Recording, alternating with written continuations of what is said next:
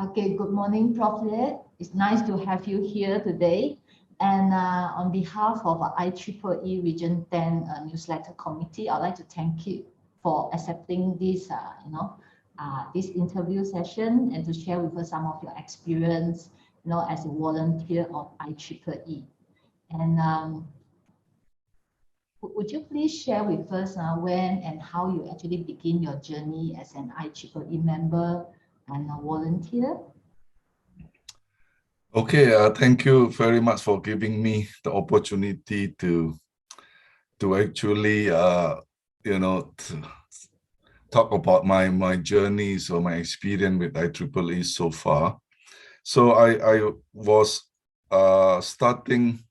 See, at the beginning when I studied, my undergraduates and degrees, I knew nothing. I was studying electrical and electronic engineering, but somehow I do not know whether I was ignorance or things like that.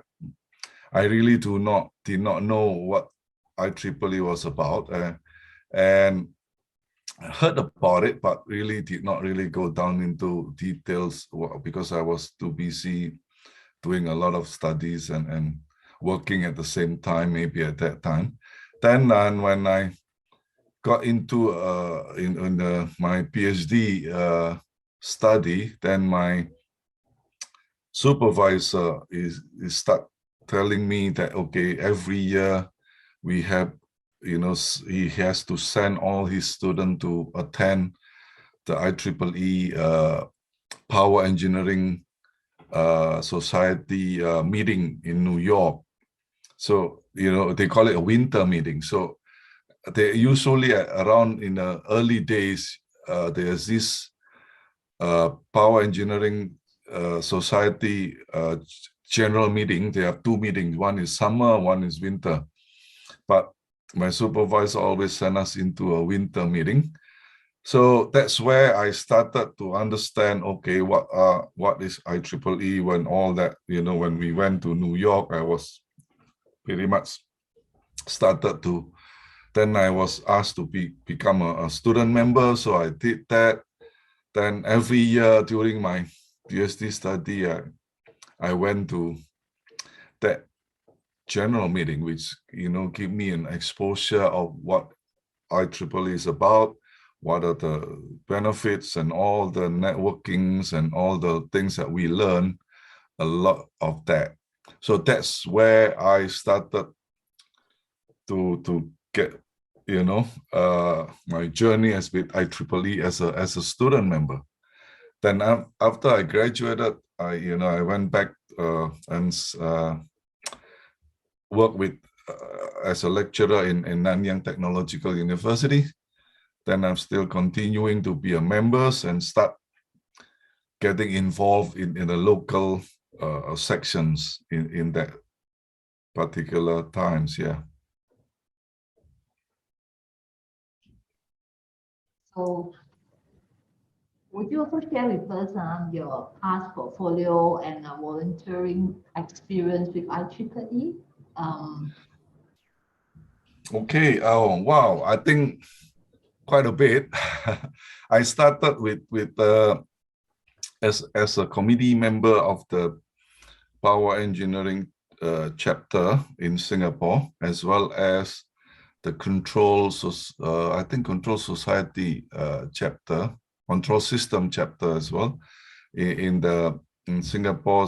And then over the years, from the committee members to go into the secretaries of the chapters, and it goes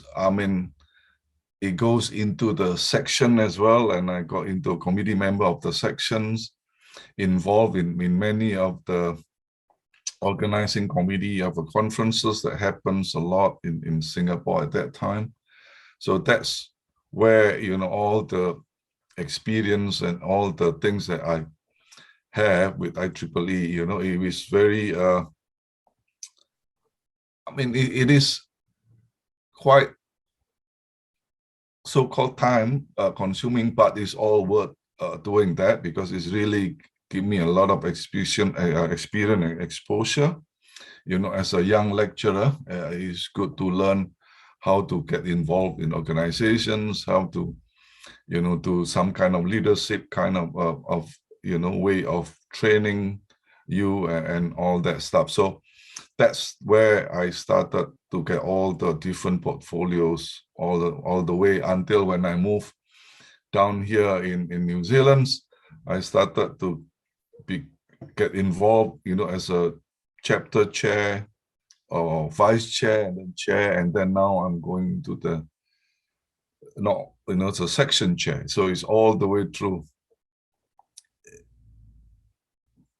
Yeah.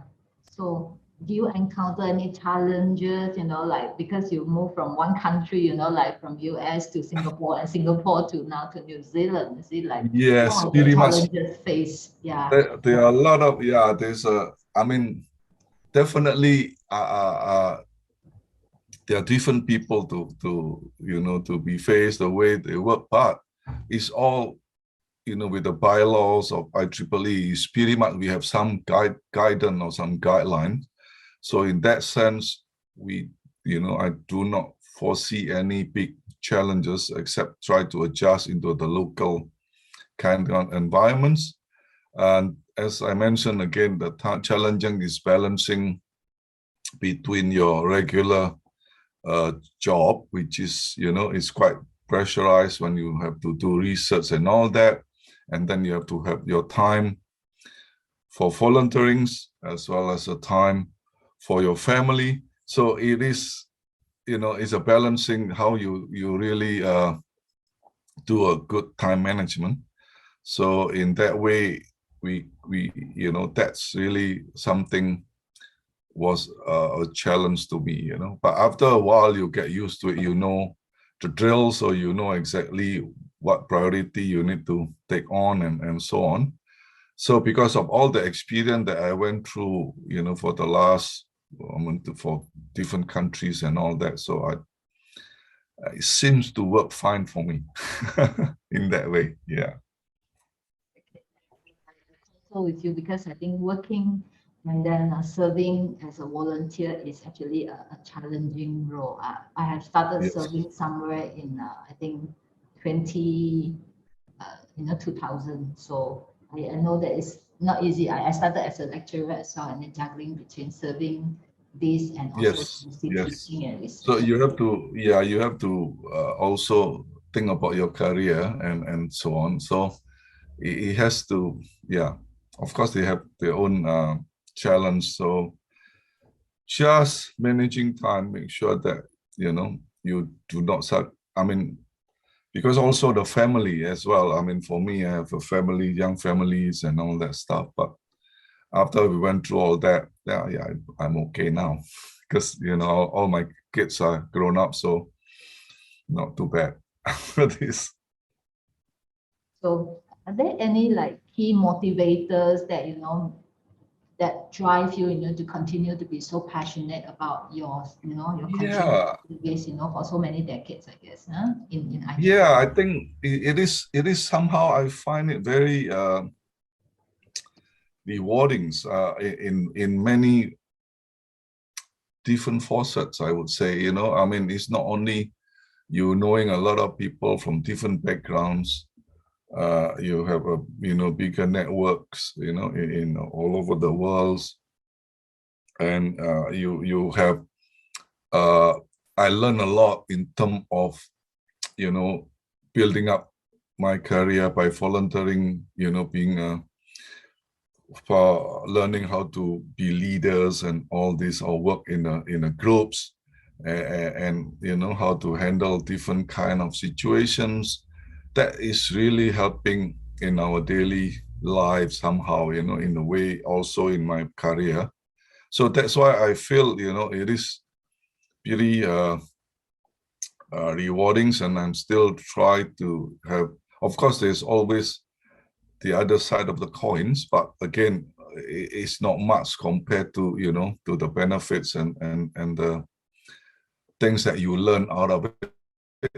You know, that's why I've, I keep continue working on it, especially now when you start trying to work with the young peoples, when you try to mentor them and try to keep them, to pass the thoughts to the next generations and so on. So that's very challenging, but it's rewarding in that sense. Yeah, I feel good if I can get somebody, mentor them, and become a good volunteer in IEEE. That is good. Yes. So do you have a YP chapter in your region or maybe in your section? You mean the Young what is that? Yeah, IEEE Young Professional. Yeah. Well, yes, we do not have that, not that active. At the beginning, we was not there anymore. Now, for the last few years, it's been non-existent. So when I took over, this is one of my priority for this year, is to get the YP to restart again, because I have a few volunteers that would like to work with me and try to get the whole start rolling, as well as the WIE, a woman in engineering, as well as the student branches has been, inactive for the last couple of years. So those are the things that I'm going to with my team to start planning and strategizing how are we going to revive that and start got the whole thing rolling. Because YP, we have a lot of young professionals here, but somehow they don't have that networking. Somebody need to really get them together and start putting some good strategy and make sure it is going to get started. So this year is the one that I'm making the first priority for that. Work with YP and WIE and also student branch as well, because currently in short section we have 2. So I think these are the key, how to say, they are engines that actually continue to, generate this engagement with community. Yeah, that's why we find the succession planning is very important.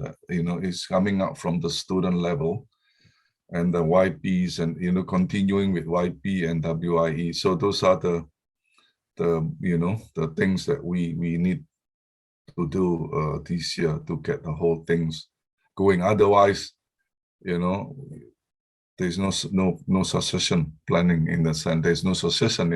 When we all retire, then it's there. I need to make sure that it is sustainable.